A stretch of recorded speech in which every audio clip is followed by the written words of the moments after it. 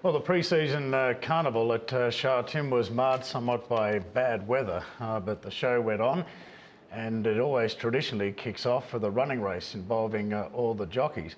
Now, over the years, Olivier Deleuze has had a very good record in this race, and it looked as though he might claim the prize yet again. Well, this but is drama struck. This is the case of deja keep an eye on the vu. man in front there, because he's short and stride. It's all over, and Oh my goodness. I mean, you can laugh now, but honestly, he looked home and hosed. At the time, we were a little bit concerned about his welfare. Douglas White taking him off the track, but he ended up all right. And Nicola Pinner, we've got to confirm how we pronounce his name, but I'm going. Wally Pyra has informed me it's Nicola. That makes it sound female. I'd go Nicola. There you go. Well, more than Nick. Maybe we should try and chat with him at some stage. Yeah, we'll find out. And the other new jockey is, I tell you what, he seems to be riding quite well in the trails. Karis Teeton. He's had a bit of success already. Yeah. And Clint caught up with Karis for his story.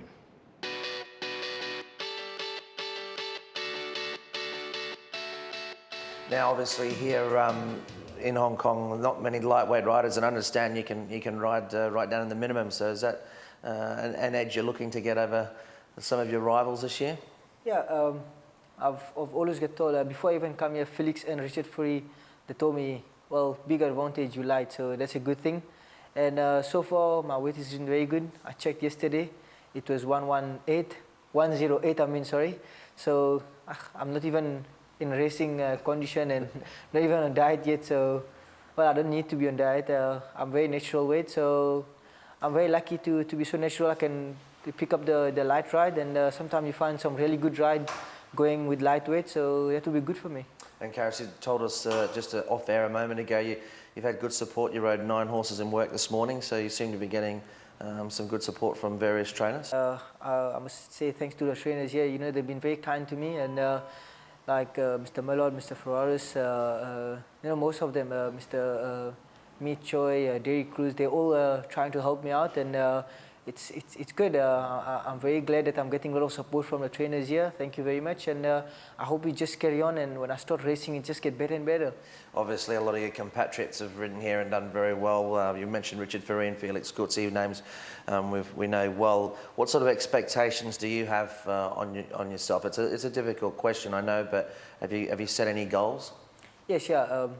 I'm sure all the jockeys that come here, you got to set a goal. You can't not set a goal. My goal is to, you know, ride as much winners as I can. And so far, I'm loving this place. And you know, I want to come back again here. So it's good for me just to prove to the people out there that you know, I deserve to be here, and I want to stay here longer, because I know it's very competitive, very hard. It's much harder than back home in South Africa. You got all the good jockey around the world is here, and good trainers, so it's very hard, but you know, I'm here, and I'm here to do my best, so I'm just hoping that I can try all my horses and do as much as I can. Well, who knows, it sounds like Karis might be a fairly permanent fixture here in Hong Kong. Could well be, Darren. Yeah, we met him at a recent function, and a very likeable young man. That he is, and I think, you know, being able to ride, I mean, he said he was 108, they're not even in, you know, they're not even racing. Getting down to ride the minimum here is going to be a huge asset, particularly if he can, you know, look as good as he has in some of the trials, because, you know, a strong rider at 113, they're few and far between. My observation of him so far from some of the trials is horses seem to travel particularly well for him, and then find a bit the last 100 metres without him really getting stuck into them. Yes, I agree. It'll be very interesting to see how, or if that comes into effect when the races begin. Well, we've had a whole lot of trials staged so far on the grass and also the dirt, so we're just going to pick out some of the highlights, hopefully finding future winners. And Brett, I believe you've nominated the first trial from the Saturday night. Yeah, of course, we've got a big race coming up on Sunday with the Chief Executive Cup, and Destined for Glory and Go Baby Go both entered for the race. I think Destined for Glory is the one to follow. He, of course, defeated Ambitious Dragon back in the 11-12 season and copped 14 points for that win, and since then he's really struggled for the next 18 months. John Moore got him going really well at the end of last term. He won that race at the Valley. I really like the way he quickened here. I think he's ready to go. He's got that residual fitness from last season as well. And Go Baby Go hasn't won yet at 1200, but he does give the impression that it's only a matter of time. I think that breathing issue of Destined for Glory has been pretty well documented, so he could be an interesting runner over 1200. I think they're going to keep him to the shorter distances now, and that could be a good thing for him. Now, you're a fan of moody mares on occasions, Clint, and I believe you're keeping up with that theme with your horse to follow. Yes, moody mares. Well, psychologist, you could definitely call her that. And I think just tactically is the key with her. They dropped her out in a race at the end of last season. She hit the line well. She's never done that before.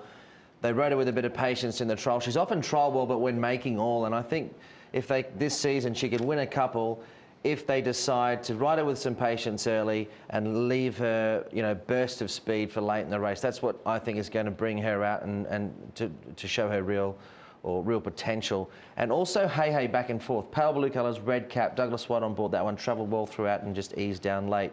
But I thought out of that trial, Psychologist and Hey both might be ones to follow early in the season. Yeah, nice performance by Hey as well, being eased down. I'm going to nominate a trial run on the dirt on Tuesday as one of interest here, particularly Zidane from Tony Cruz's yard. This was with John Moore for the most part of his career, and I guess his career highlight was his second placing in Singapore in the Group 1 Cup there. But he's been with Tony since April. He hasn't done a great deal, but when Chadwick really gets into him, he really does pick up and closes off this trial well. Now, Spoke to Carlo has only had one start here. He goes to the London under a good hold, and doing his best work at the finish in the lucky 9 colours is Lucky Double 8, a horse that won 2 of his only 3 starts in Oz and did run well at his only start in Hong Kong last season. So I thought all 3 horses went well, and now that Zidane is technically Class 1, there could be a victory for him in the early part of the season. We'll keep an eye out for that. Now, I think, Clint, you and I might have both agreed on another trial here. We did. Where it worries me a little bit. I put too many ticks in this, but I thought a lot of horses went well in this. No, I'm going to say that this is a trial to watch and follow a lot of runners out of. I mean, New Glory sat wide throughout. Sorry, not New Glory. Carry the Zeal. Yeah. Carry the Zeal. I think he'll be, if he's on a mark of 59, he can win. I think Braveness is going to be winning races early. But I really like the way that personally Windful Patrol and Disciples 12 went. Disciples 12's back to the inside, way back, but made late ground. But Windful Patrol really looks to have strengthened up. Those are the ones I like, and I think you like Damon Tiger as well. Yeah, I think Michael Chang did a terrific job with that horse last season. He picked it up off 45. He won 3 with it. And I just think the way it's trialled there, there might be another one in it. A little disappointed Disciples 12 didn't get any relief in the handicap in the off-season. He's still off 61. Good to see the handicappers haven't got any kinder in the off-season. Yeah, well, certainly not with that one. I think it was unlucky on 2 occasions late last season. The other thing with Damon Tiger in that trial, if you go back and watch it in its entirety, he did nothing but fight with the rider the whole way. So I agree with you, Darren. I think he could be another, or one of many horses that can pick up a few races. Well, shortly we're going to be looking at a few more trials and some horses to follow.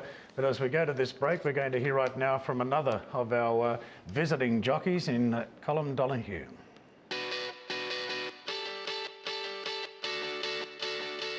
Colin, welcome along to Hong Kong. Just to have a quick chat about some of the highlights of your career. Obviously, we know you've been associated with Ballydoyle, and that's well documented. But can you tell us about some of the highlights of your career so far? I suppose I was lucky enough to win the Dubai Derby on Daddy Longlegs 2 years ago, and also the Canadian International and Joshua Tree together in the Queen Elizabeth Cup. So I've been quite lucky abroad. Done a fair bit of travelling. Also, you've been in Hong Kong for a month already, you told me, so you've had a fair bit of time to look at the tracks here and everything.